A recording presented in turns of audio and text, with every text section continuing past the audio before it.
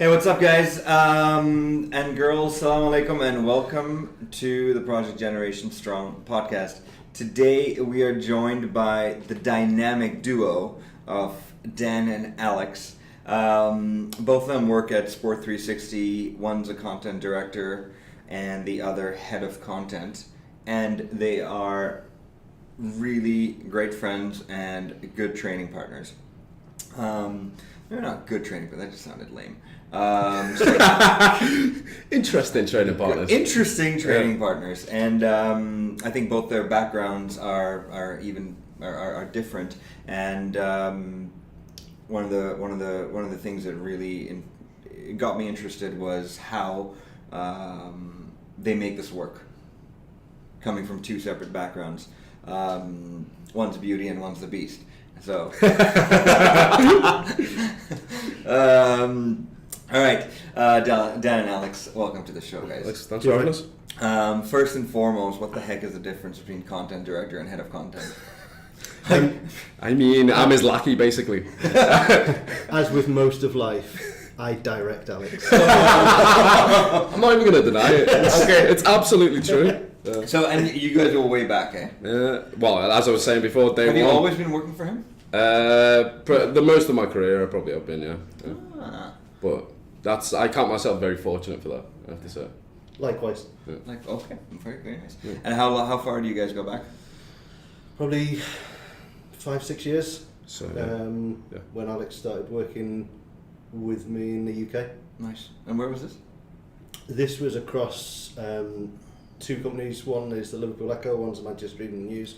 So Alex worked across 4 of the biggest football clubs in the world. Everton, Liverpool, Manchester United, Manchester City, creating live content for all 4 for audiences around the world. And then they shipped you off to Dubai. I kind of followed Dan, to be honest. Yeah, I have to admit, indirectly, he left, I think, in the January of 2015, is it? 2015, yeah. And then I was heartbroken, to say the least. You were, yeah. Yeah, absolutely devastated because, he was a great mentor for me. Gave me a lot of direction, so I kind of started exploring opportunities to come and work in Dubai, yeah. So it was in the April of that year, so 4 months later, and I was out here. Very nice. Yeah. It's never been the same since.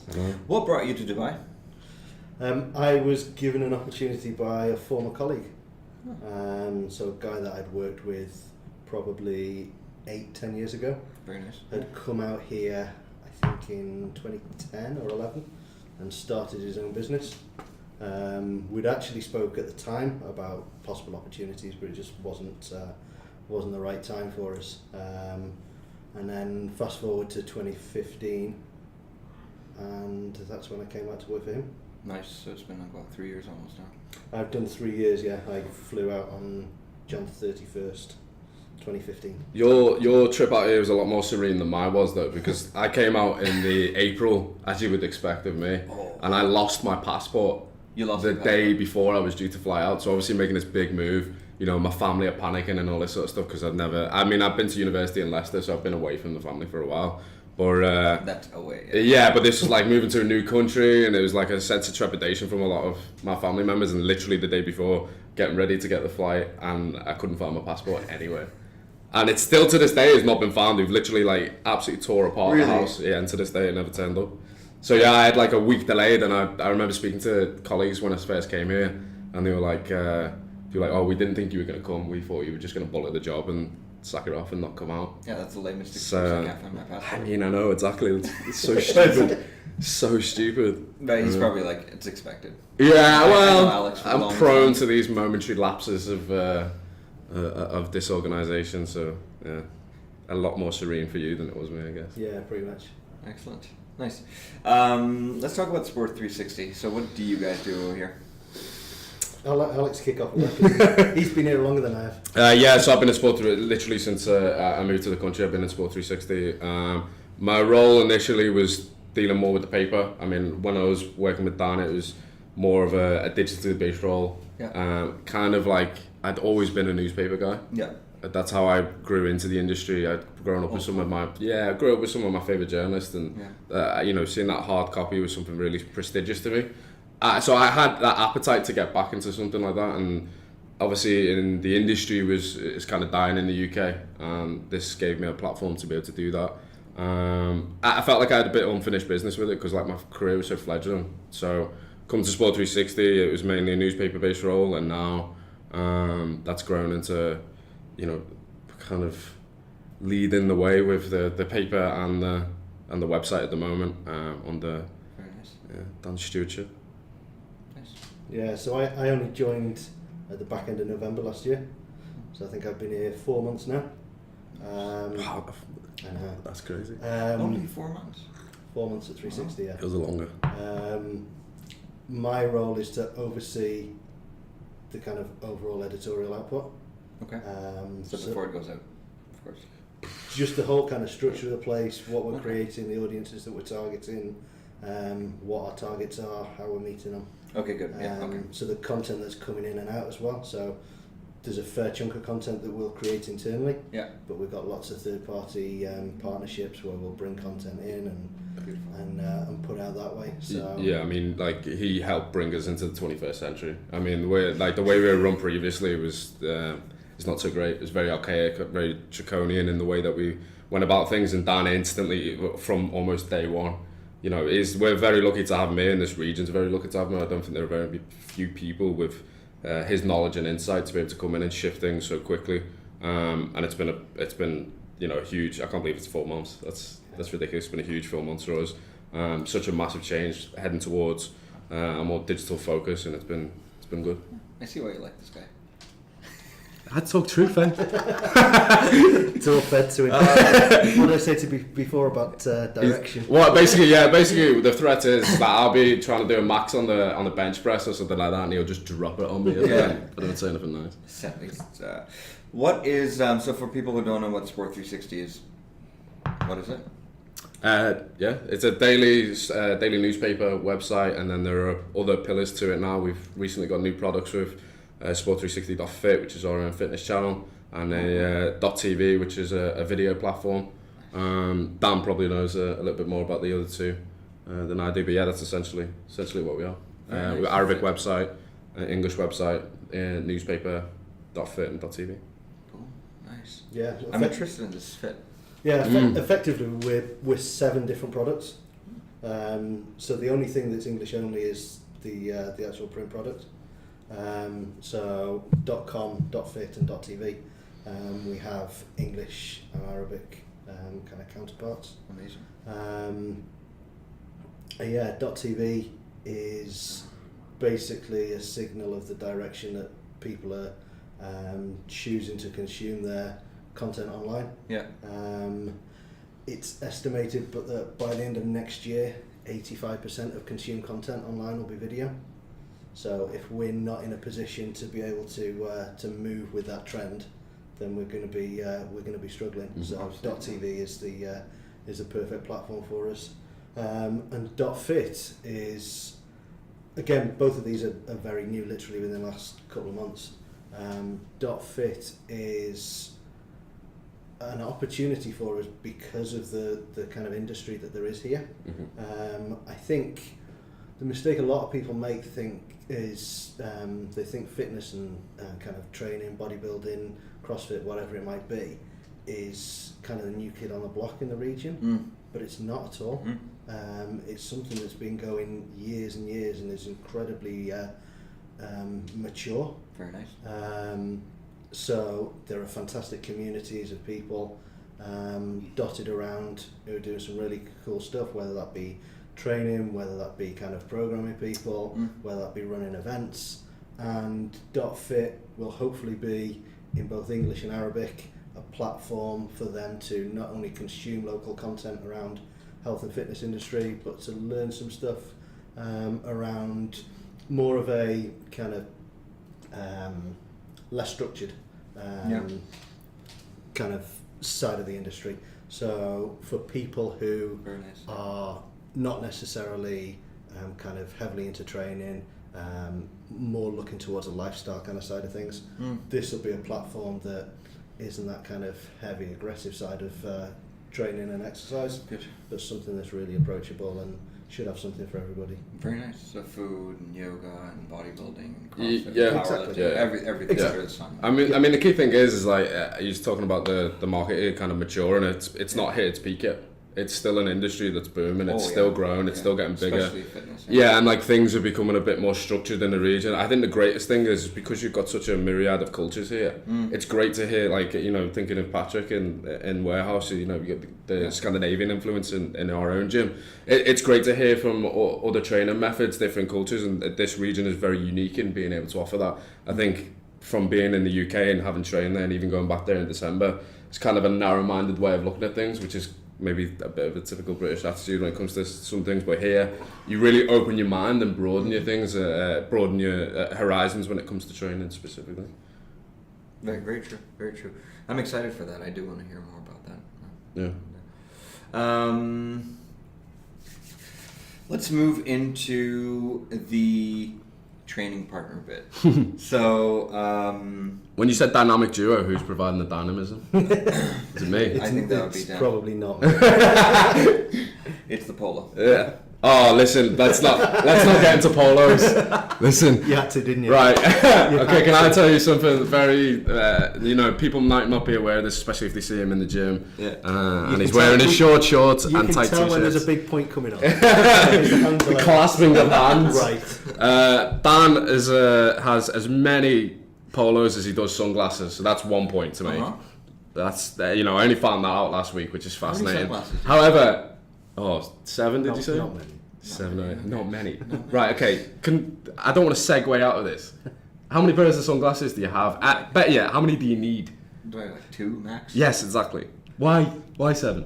But it's neither here or there because the polos are the main thing. I love polos. Dan has a lovely selection of polos, like a lovely selection of them, to the point where I can almost recognise each one off the top of my head.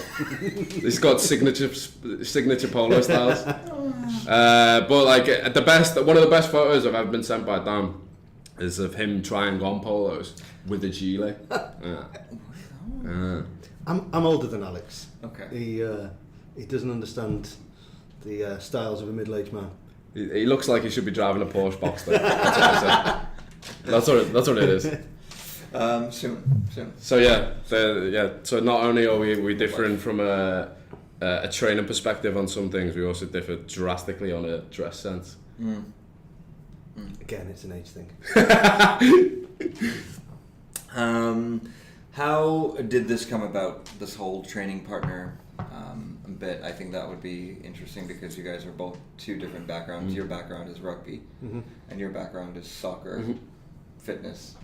Yeah, that's right. Soccer and bodybuilding, maybe, right? Kind of. I guess for me, it started out as a very narcissistic exercise. Obviously, the aesthetics was, you know, especially when I was a lot younger, just kind of just wanted to get fit. And then it's become much more than that. It's grown into a way of life for me. Like mentally, it's so key for me to train. That's all I think about. My days are kind of built around training. It really is. Like there are days when you know, I don't train and it really does affect my mood, and I never thought it could be like that. But I guess how we started out was Fitness Zone, no? Yeah, nearly 2 years ago. But I can't really remember how Fitness Zone. Yeah. So Fitness Zone is a relatively small gym in JLT. Sounds like It was where I was training pretty much since I came out here. it's a bodybuilding gym, right? There's a little bit of everything in there. Okay. I went there because I'll get this in before Alex does.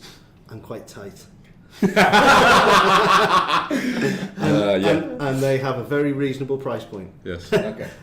So I was training there. Alex. See, I moved, didn't I? I moved were to in JBR? Yeah, I was living in JBR and then I moved to JLT, and I used to train in just We were virtually neighbours. Yeah. So, and then obviously I was working in I wouldn't have JLT. guessed that. Literally, were we? Yeah, thinking yeah. about it. So yeah, I was on JBR, moved to JLT, and I was using the JBR community gym, and then which is absolutely nothing. I needed a proper gym to train in, and got onto Dan, and he said, head on down to Fitness Zone, which is where I A proper gym. yeah, proper gym is what I'd call it.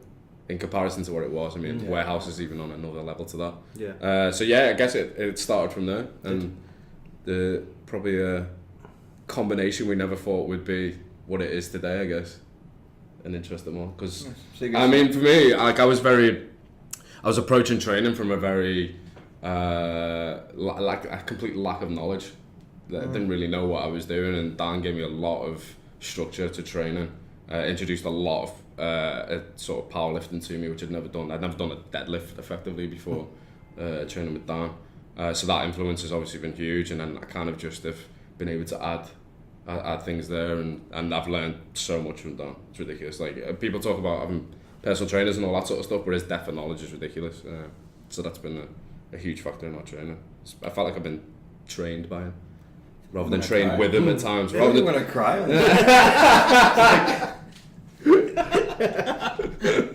Alex is waiting for this opportunity. Yeah, it's just don't come out. It's awful though. Yeah. So yeah, sometimes I feel like I'm being trained by him rather than with him, because it's just it's huge. It's not true. I've got no formal qualification. No. I've just kind of picked up things from books and talking to people and reading different things and kind of trial and error. Trying it, yeah. I mean, the amount of things that we still do wrong is probably alarming. But it's funny, I mean, we joke about kind of the age gap, which I think is 10 years. Wow. Yeah, thereabouts. You're older, right? I might look at this morning. And contrary to Alex's Instagram, I'm not 40. Yeah, like anytime I get DMs like, oh, who's that guy that you train with? I'm like, yeah, that 40-year-old dude that I train with. The ginger one, yeah. Yeah, I think we joke about the age gap and things like that, but I think one of the things that I bring more than anything is just that kind of understanding of how your body develops. Yeah. And knowing what feels right, what doesn't, and how you can develop that way. I think we've all been there when we're kind of really young and doing 2.5 hour full body sessions, going crazy and thinking you're going to end up looking like Arnie. But all of us. Yeah.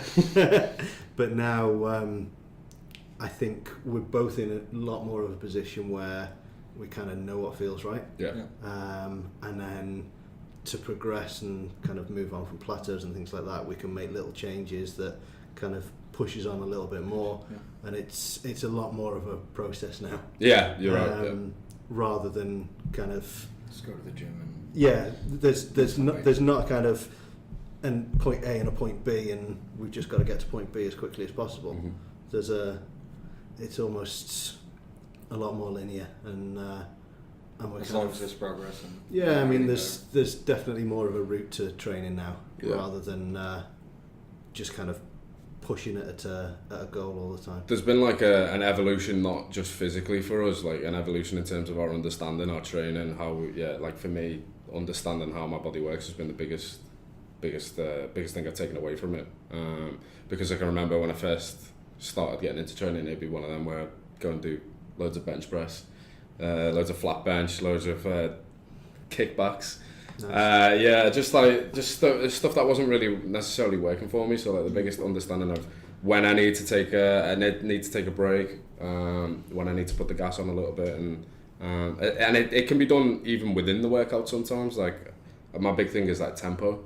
Yeah, I'm always about like I try to maintain a quick tempo. I think that's why, like, if you brought a lot of the powerlifting side of things and the technique side of things and the understanding, I think the big thing that I bring is maybe a bit of tempo and quickening things up, and that's been huge. Yeah, I think one of the biggest things for us as well is not equating pain with progress. Yeah. So if we do a chest session and can't move the next day. Yeah, if we can still kind of lift our arms up like this and there's no tightness, it's not an issue anymore. Yeah. Whereas there used to be that kind of disappointment. If you're not not walking out of the gym with this kind of skin ripping pump, why have you just wasted the last hour of your life? Correct. Which I've said before in the past, and that's been the biggest maturing process for me, isn't it? Yeah, I think so. Yeah, that's smart. What do you?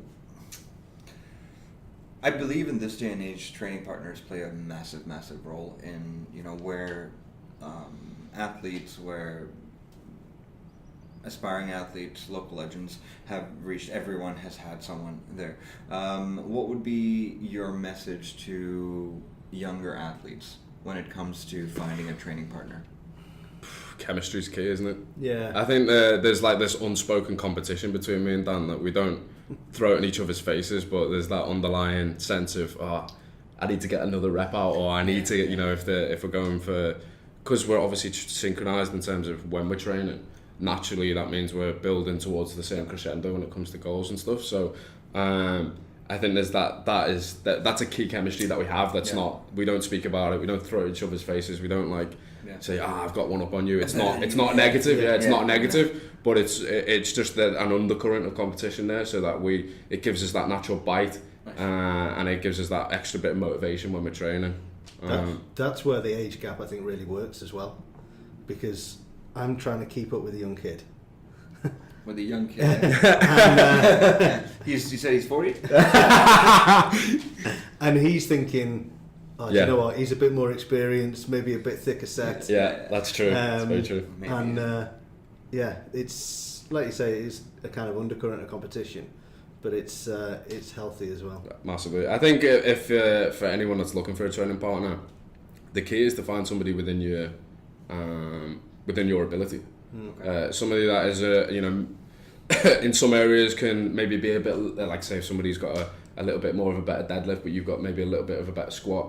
Yeah. Somebody who gives you that natural drive and bite to try and compete with them in some areas. I don't think there's any use in if you're going for a training partner you're training with every day rather than a personal trainer. So if you're going for a training partner, I think you need to be of a similar mindset, similar ability, because I think if it sways too far the other way, there's a natural imbalance then in the relationship, and I don't think you're going to get as much out of it. But that I can only speak from the experience I've had with Dan. He's been my only training partner, and I found that obviously has worked for us. It might be different for other people. I think mindset's critical. Yeah. Mindset, both in terms of knowing that you can rely on somebody.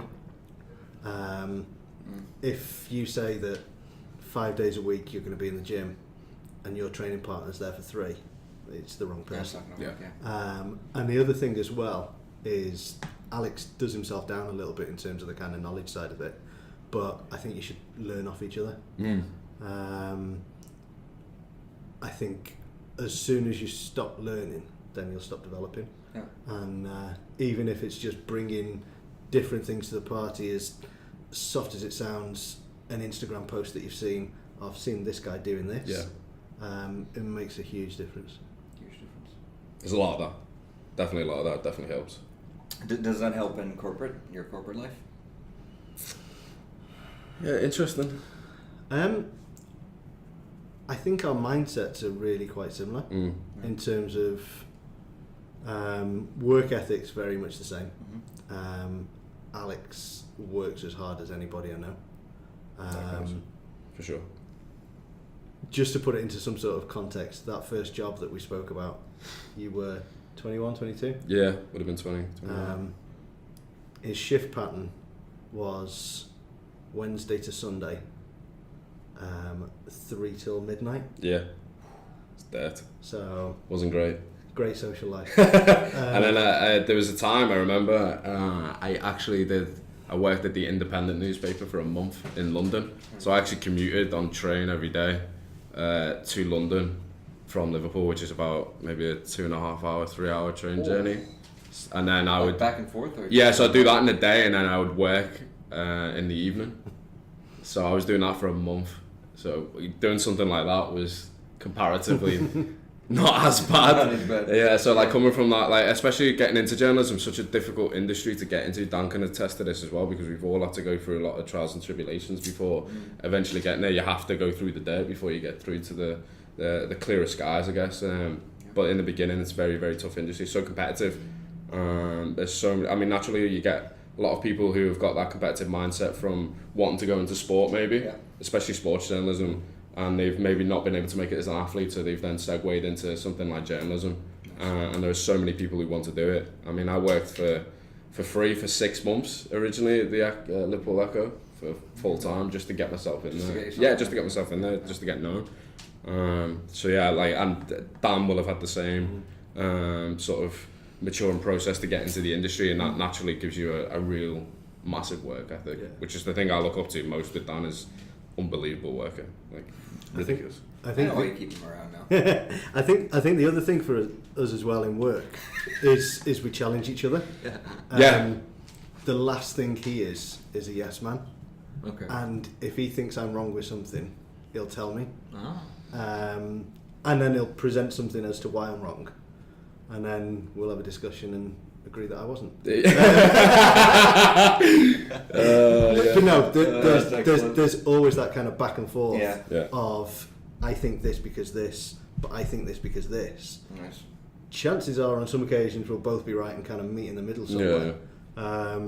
But that level of challenge kind of mentally, I think, is what really makes us get on. That's very true, yeah. Amazing. Okay.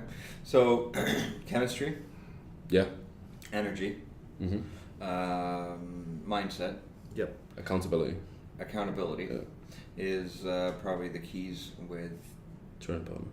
With a training partner. I mean, it's very rare you find that over here, especially in this day and age, because everyone's got such busy lives, and and as you said, some people will want to come to the gym 5 days a week. Some people want to come only 3 days a week to get that sync. That is really true, and it's difficult as well. You guys are freaking lucky. I think. I'm married as well. Yeah. So you are? Rachel's very understanding. She's understanding of this relationship. There's occasions where Rachel be like, do you know what? It's you first, Alex second, Jim third, and me some kind of dim and distant seventh or something like that. I'm like, do you know what? And you kind of have a look at yourself and you think, yeah, but you know what? It's legs. Specifically, it's a certain mirror in our gym and a quad shot, not just legs. Yeah. Which one is that? I need that. It's the one at the end that's at the left side of the dumbbell rack. Amazing. Absolutely love that. If you stand in between the kind of first and second lots of power racks. Yeah. You got it. Nailed it. Yeah, very often you'll see me and Dan just staring in that mirror being like, yeah, it's looking good today. The quad's taking a life of its own almost. It just takes over him and he's just like, he can't help it. It's just in the mirror. He loves it. He's just like, yeah. Even when we're doing back. It's hilarious because we both have our what's the word I'm looking for? Things that we're not very confident on. So for example, I will always rattle on about, oh, my arms are looking really skinny today. I'm really not happy with my arms and all this sort of stuff. Like this complex, just have this complex. Yeah. And he's the same sometimes with his legs. It's the most bizarre thing in the world. He's just stood in the mirror and he's just like, yeah, I'm not happy with my quads today. And I'm looking at him and I was like, man, your quads are the size of my torso. I don't know what you're talking about. So we both have this weird complex about some of probably our best attributes, I guess. Wow. What program are you guys on right now? Interesting. Or a cube? Yeah, it's kind of cube variant. So we will go. Brendan leads the cube. Yes. Yeah. But as with everything, we'll just kind of tweak things to suit ourselves a little bit. But yeah, effectively, we would do a heavy week, a rep week, and an explosive week. The way we would vary to that is we still stick to a relatively kind of traditional bodybuilding structure. Yeah. So we would do chest, back, shoulders, legs and arms on separate days. The arm session I generally treat as more of a kind of accessory day. Yeah. Yeah. Rehab day. Yeah. Maybe it's like the day. Yeah. So that obviously doesn't fall into the kind of cube structure. Yeah. But we've bolted shoulders onto kind of the traditional cube of kind of bench, squat, deadlifts.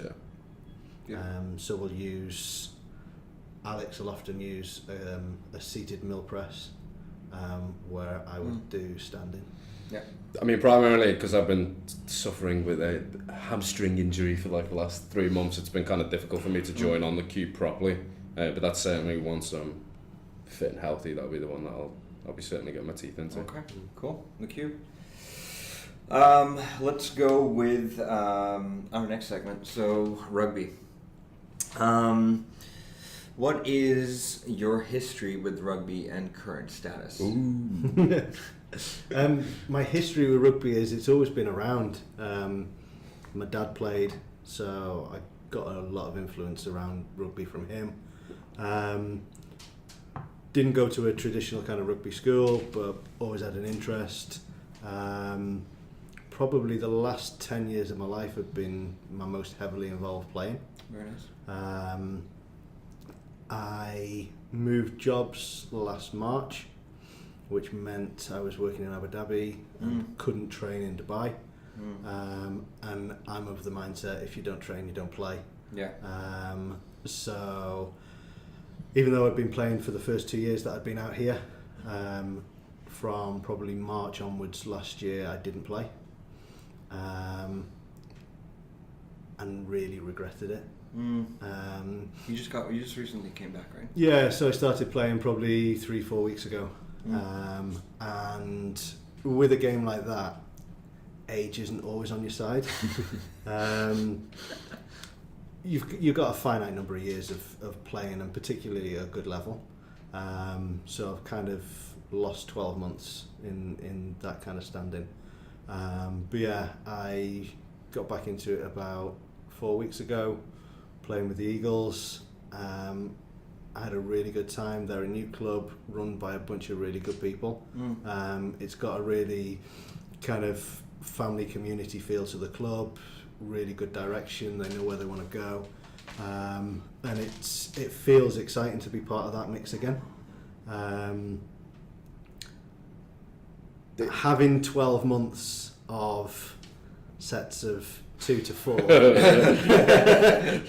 is not conducive to running around for 60 to 80 minutes on a Friday afternoon. Correct. So there have been some cardio issues.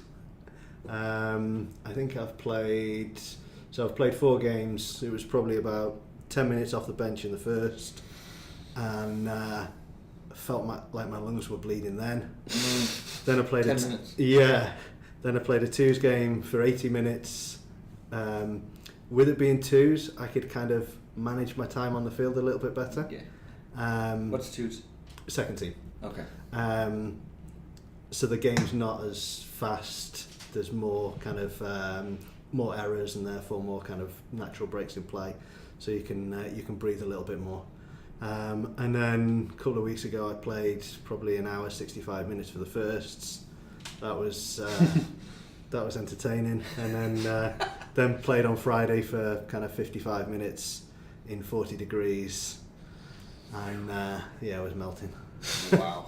But 40 degrees. It's a lot of fun being back. Motivation to really get in shape for the start of next season's there. I'm looking forward to it. I'm looking forward to seeing what, because from my perspective, I've been hammering at you to get back into rugby. I think it's safe to say, because I feel like, although you'll talk about the age factor, I think physically he's probably in the best condition. Far superior than a lot of 20-year-olds. But I think like physically for him, he's in the best shape. He's stronger than he's ever been. I think maybe obviously the cardio come back. Should come back a little bit quicker. So if he sorts it out from that angle, I feel like next season he could be an absolute machine, because you see the way he trains, and then being able to, there's some natural alignment between what we do in the gym, especially when he's doing a lot of the explosive sled pulls and all that sort of stuff.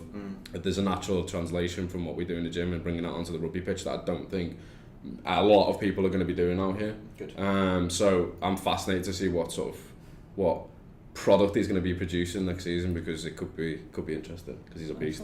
He'll be very understated, and I texted him after he started his first games the other day, right? And I texted him and said, how did you get on? He was like, steady. That was the way to use steady, right? Steady. I then met somebody on the same team in the evening, and he was like, I was like, I know somebody who plays you, and he was like, don't know, and he was like, animal, absolute beast. He was like, he got man of steel. He was like one of the best players on the pitch, and he turns around and he's just like texts me. He's like, oh, I was like, just steady, yeah. Everyone's like rattling on about him, saying, oh, I'll drive from Ras Al Khaimah to pick him up if he's going to play next season and stuff. So amazing. Yeah, he's amazing. I can't wait to see what What's the highest level you played? Nothing crazy. I mean, to be fair, the standard at Premiership level here is very good, and would be the best level that I played at. Very nice. But yeah, it's a good level. Excellent. How did powerlifting and the strongman transfer to strongman training transfer to rugby? Would you recommend it? Not on its own. Definitely not on its own. I think there's kind of two ways of looking at it. There's the strength side, which transfers really well, but from an overall conditioning perspective, it just doesn't kind of get anywhere near what you need for playing rugby. Okay. It was funny, I was scrummaging last week and was talking to a guy after the game, and he was saying, oh, you've clearly got a really strong back, and that's obviously where kind of the strongman and powerlifting side comes in. But to be able to do that for 2 or 4 reps is one thing.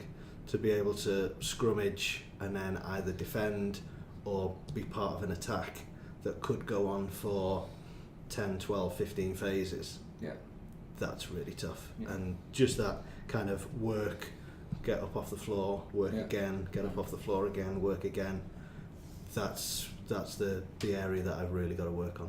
Okay. So every time they say scrummage, you're like, oh man.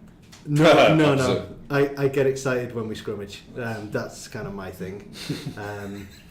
Where I get less excited is when my condition is bad and you got the ball in hand. You've got you're 2 scrums in and your legs feel like mush, and you think, yeah, we've got a long afternoon ahead here. And it's not getting any cooler, right? No, but fortunately the season's finished. So yeah, it's tough kind of pre-season. Lots of heat, lots of reps, lots of cardio. Good. So if you had to like write the ideal program for rugby, what would that look like? It's because rugby is a game for different people. Yeah. So you'll have 5'0", 17 stones props, through to kind of 6'7" guys who are weighing 125 kilos, through to kind of 80 kilo guys running up and down on a wing like there's no tomorrow. You can't program somebody for rugby. Okay. It's positionally. Okay. So I think pick a position that you play. So I'm a prop. The big thing for me is... You are a prop. I am a prop. Strength and power, initially. So for working the scrum, line out lifting, and then kind of working what you would call the tight. So if there's a breakdown, we would be expected to be tight into the breakdown, either hitting rucks or then making tackles close to the breakdown. But it's getting the reps in as well. So you've got to be conditioned to not be able to do it once, twice, 3 times, but 20, 30, 40 times a game. Very nice. Okay. Dealing with injuries, what would be the most common injuries with rugby? Most common now is concussion. Yeah. Oh, sure. You look at the Premiership in England, and I think there was figures released last week or the week before saying that 22% of injuries were concussions. And that's kind of where we're at. It's a game of collisions, and it's a car crash every weekend. And sometimes those collisions hit you on the head. What would you? How would you train for that? For concussion, you can't. Unfortunately, you can't grow muscle on your skull. A lot of it comes down to technique. So if you're tackling, getting your head in the right position. The last thing that you need is a 20-stone guy rumbling towards you, and you've got your head on the wrong side of his knees. It's going to cause an issue. The big thing with rugby now is managing concussion when it happens, and making sure that people are going through the correct protocols in terms of returning to the game. So whether that be actually on the day, if you get a concussion, then there's a test that takes place to make sure you're fit to go back onto the field. If you're not, then you'll be removed from the game. But then there's also kind of return to play protocols post-concussion. So should you be playing in a week's time or 2 weeks' time, and there'll be lots of kind of cognitive tests that take place to make sure everything's as it should be. But even from your own personal experience, I mean, you know the sort of dangers of something like concussion are very, very serious and real. I think sometimes you can be so desensitized to things like that when you're watching from TV, when you're seeing collisions, but I mean, you know from your own experience. I've had 2 kind of good knockouts, one of which I drove to a place where my wife worked probably 15 years ago to pick her up, bearing in mind she'd not worked there for 10 years, and then then the second time I completely lost the day before. So I'd been to a gig the night before, played on the Saturday, this was back at home, got knocked out, and then couldn't remember the gig or anything that had happened that day on the Friday. It all came back to me eventually, but there's just kind of little things that can be manage scary at the time. Manage it. Yeah, I mean, you look at something like the NFL, for example, obviously concussions are a huge talking point for that sport at the moment, and I think the collisions there are even greater than they are in rugby because of the fact that they've got so much protection. They kind of use that to be very untechnical with how they're tackling, but it's just hearing something like that is quite jarring. It is. So it's something that I think if people are playing those sort of sports, particularly out here, because American football is very big out here, so is rugby. It's something that people need to be taking a lot more serious than I think is at the moment. Where do you see your future in rugby? I would say, or where would you like to go? I would like to have. I mean, you are 40, so. I am. I would love to have 2 or 3 good seasons. If I think I can do that, then I'd be pretty satisfied. Excellent. From there, kind of time allowing and things like that, I'd love to get into the coaching side. That'd be. But 2 or 3 seasons at a good level would suit me. Stay as steady as you are, and you'll be fine. Can we move on to? Actually, let's end with a little message on. So, for the younger generation, what would be your message for rugby players? It can be as broad as. Well, it's a very open-ended question. I think the key thing is to make sure you're enjoying what you do. Particularly in a game like rugby that is so hard on your body. You've got to enjoy what you do. And as soon as you lose that spark and that want to get up on a Friday or a Saturday morning and go out and play, then you should be questioning whether you're doing it or not. That's a message across everything though, because I think that's the way my mindset is for training.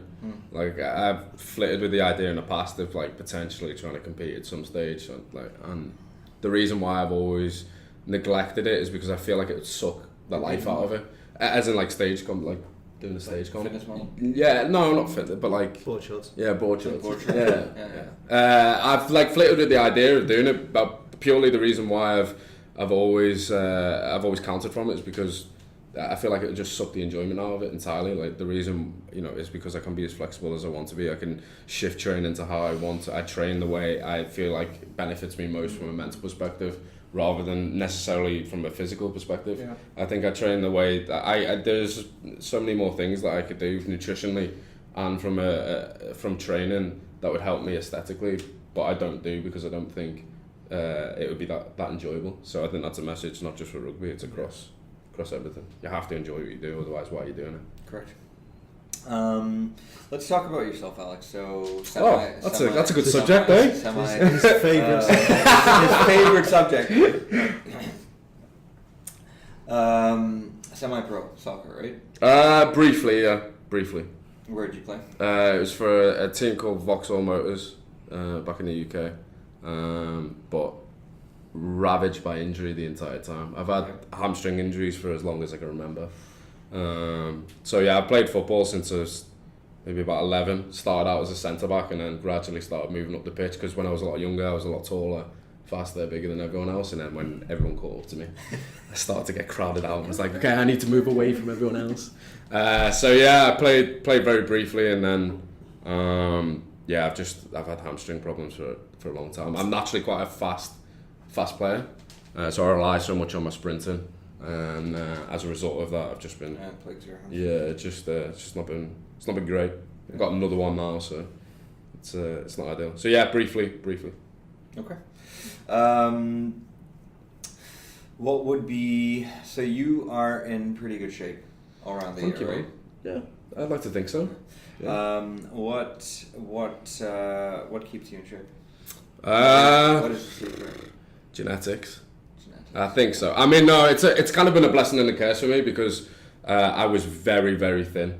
I must have weighed maybe about, I'm trying to think, maybe about 60 kilos when I was a lot younger. Like, I was stick thin, not an inch of body fat. Maybe like I'm talking like 16, 17 before I started training. 60 kilos? Yeah, I was very, very, maybe not that extreme, but like maybe 70. I don't know, I don't really know. Like, I didn't really weigh myself then, but it was funny because I was showing colleagues in work the other day some photos of me from my teenage years, and the Ibiza picture. Yeah, exactly. Yeah, like when I was 18, I was very, very skinny, not an inch of fat on me, but obviously that meant it was very hard for me to develop any genuine growth. Yeah, it was a very arduous task for me to be able to do it. So I think it's been, in that regard, it's a blessing because I naturally stay quite lean. My metabolism is very fast. Eventually, that'll slow down at some stage, but I hope it doesn't. But yeah. So modest. So I think that's why I stay quite naturally lean, but it's been a very, very hard process for me to put weight on. I went up to about, I did like a bulking in October, November, and I was maybe about 6,000 to 7,000 calories, which for me is an insane amount. That is nice. And that I just kind of got a bit fluffy off that, didn't I? A little bit fat, but it helped me put on a lot more weight, and naturally I've come down a little bit. So this last couple of months, like I think I've been into such a myriad of sports. Like I used to run cross country, did a lot of sprinting. Yeah, so like I've played rugby, I've played football, I played a lot of squash, tennis, badminton. Like I played a lot of sports, and I used to like injury permitting, I would play sport every day. So I think from naturally having a lot of cardio from a very early age, I think that's put me in a good position to be in decent nick year round. I'd like to think anyway. Although it's catching up on me. What would be so from being skinny to developing a body like yours? What would be the biggest? I mean, everyone says it, don't it? It's consistency. That's been the biggest thing that I brought to it. Is like I was very sporadic. Yeah, I was very sporadic with my training. Sometimes I can be like a man of extremes. I can be like really like nailed on and focused for like 8 weeks, and then after 2 or 3 weeks I might not be as as motivated, and I might not have that drive. But now I found like a base level of consistent training, whereby even in those definitely, like for sure he's given me that structure, and that's helped. And everyone will say consistency is key, but I can't preach that enough. That's been the biggest factor. Is that so not just eat, but consistency. No. I mean, like when it comes to nutrition, I very much, I'll be honest, I'm not the cleanest of eaters in the world, but I mean, I do what works for me. Like I know Colin Von Mogers said, he did a post about it last week where he was talking about posting all these In-N-Out burgers and saying like, oh, obviously when I'm competing, my nutrition adjusts differently, but I found what works for me. I found that little sweet spot, and I've tried to just maintain it. Like for now, there's no real goal or aim. It's just a lifestyle. Good. So because of that, it's just depending on how I feel, depending on what I want to go for. Okay, cool. I adjust it. I think the other thing that really helps as well is compound lifting. Definitely.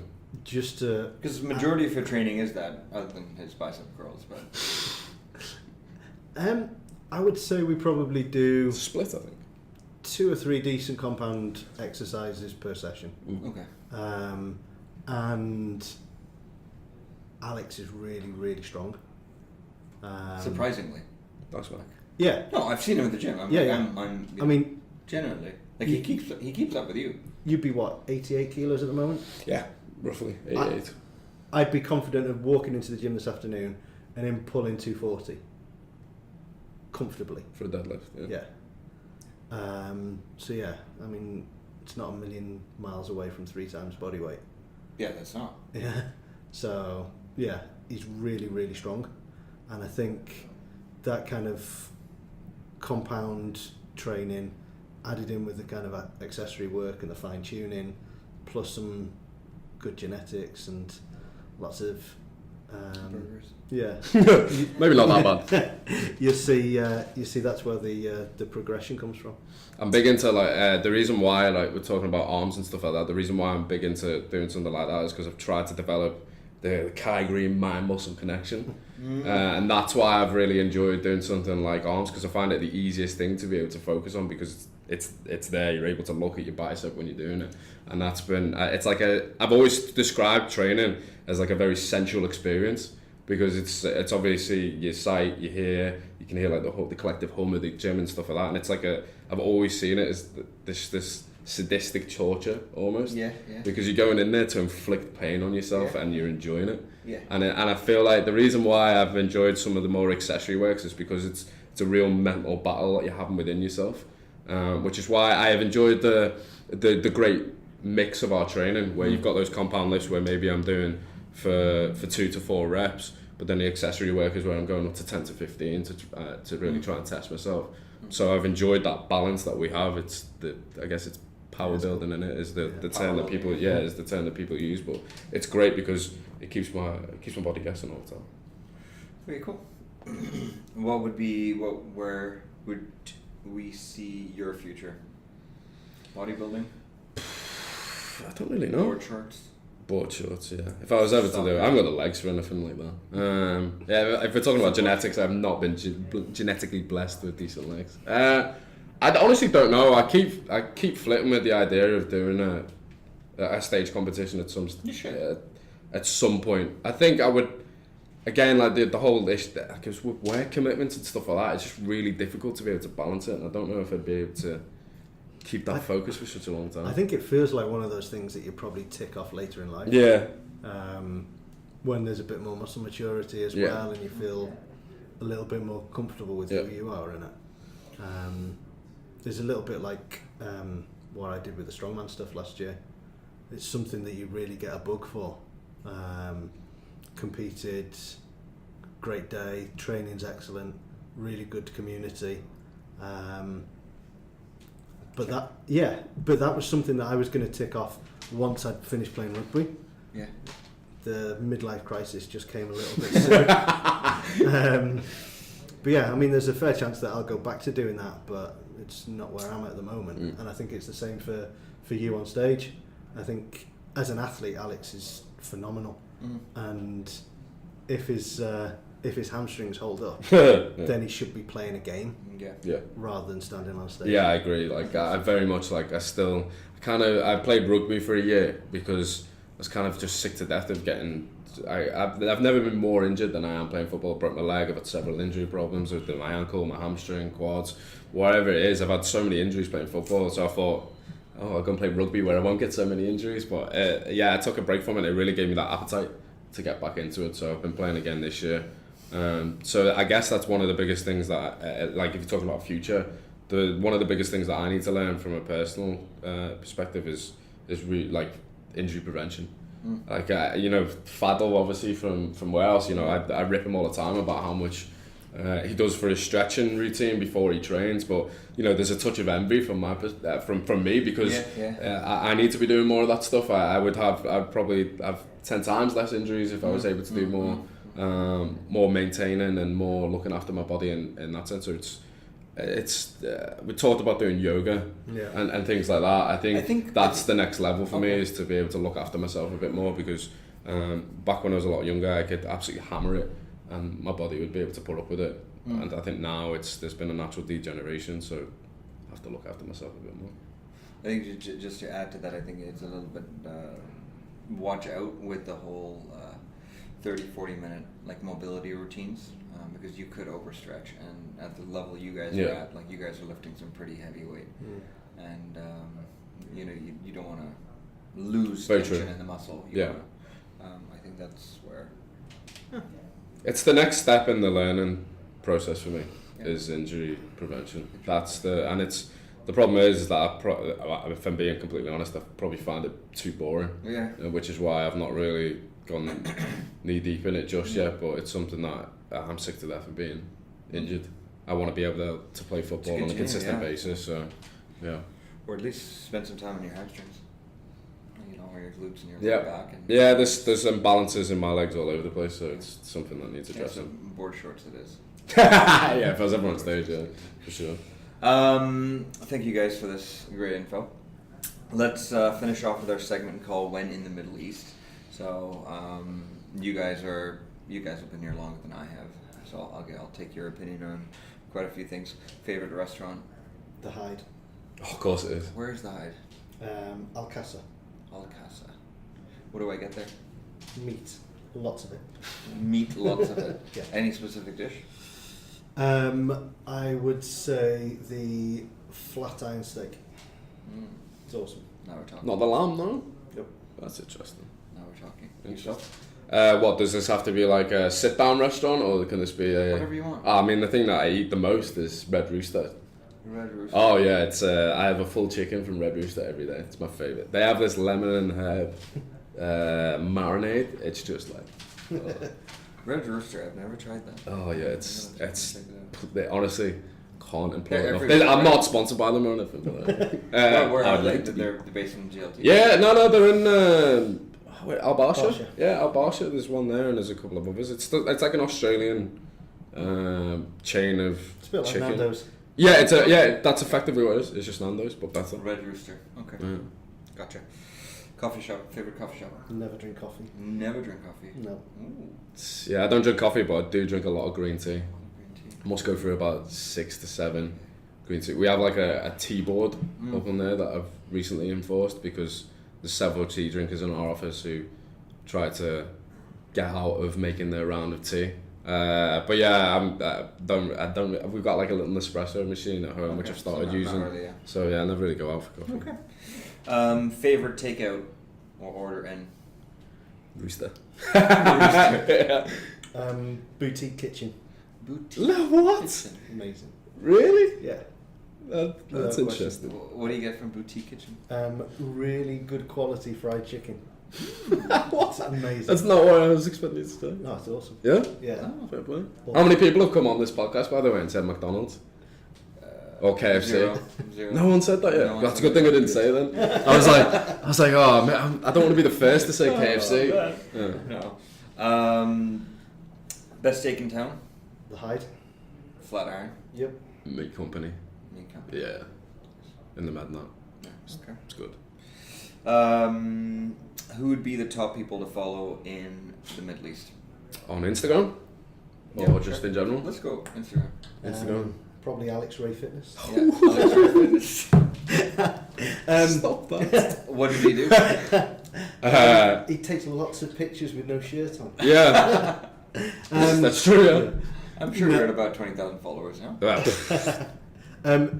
Seriously, the one that I would go for would be Max Physic Coaching. yeah. Max Physic Physic Coaching. Coaching. Yeah. Is that your company? it's nothing to do with us. So Max is a guy that I got to know playing rugby. He works, I think, at D5 gym in DIFC. Got it. But he is an absolute student Yeah. of all things health, training, and passes on a lot of knowledge through his Instagram account. Hugely knowledgeable, always looking to learn, very good at kind of citing references and kind of further reading and things like that. So yeah, 100% Max. I can't remember his Instagram account specifically, but I think it's Stu Appleby Running. So he's a colleague here. He's an amazing marathon runner. Stu Appleby Running. He's like some of this. It's just an absolute beast. It's a completely different animal to what we're doing, which is why I find it so fascinating. And he's like, I particularly enjoy him because he's massively about injury. He's been another one who's been ravaged by injury. So he does a lot of preventional stuff now and a lot of videos around specific to running. So yeah, he's one of the top marathon runners in the region. So for sure, give him a call. Excellent. Thank you guys.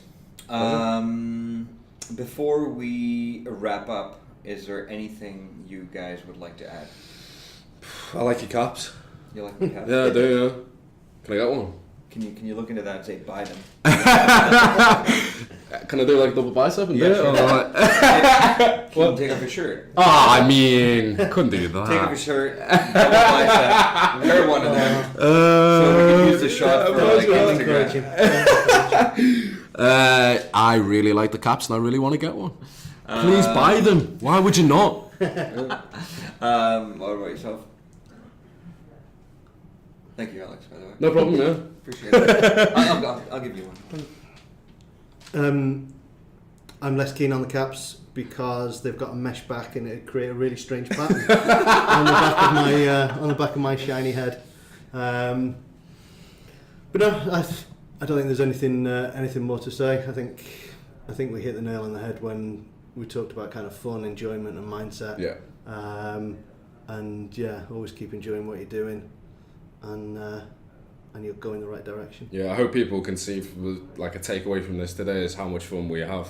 Yeah. Like as I said, the reason why it's become a way of life is because of how much enjoyment I get out of it. Yeah. It's nothing makes me laugh more than me and Dan training and some of the stuff that we talk about in a day. So if you can get that chemistry with somebody and you can get that right mindset for training, there's nothing better. Yeah. I think that probably kind of comes across strangely that people who see us and don't know us. Yeah. I always wonder what people must say when they look. Yeah. Because we're one of the only training partners I feel like in our gym and warehouse. I don't think there's that many. So I always wonder what people must think. Many come and go, but not many of them just stick to. Yeah. You know. But like when we're always laughing our heads off and lifting and lifting heavy. I mean, you guys, lifting and laughing. You're corporate. You're fun. You have the mindset. You enjoy everything in the gym. You're good at what you do. You're good at sports. I think there's a huge message there. I hope people get it. Thank you, brother. Cool. Awesome. Thank you so much for being Pleasure. on the show. Cheers, man. Thanks, Dan. Thanks, Alex. Guys, stay strong, stay hungry. Thanks for watching.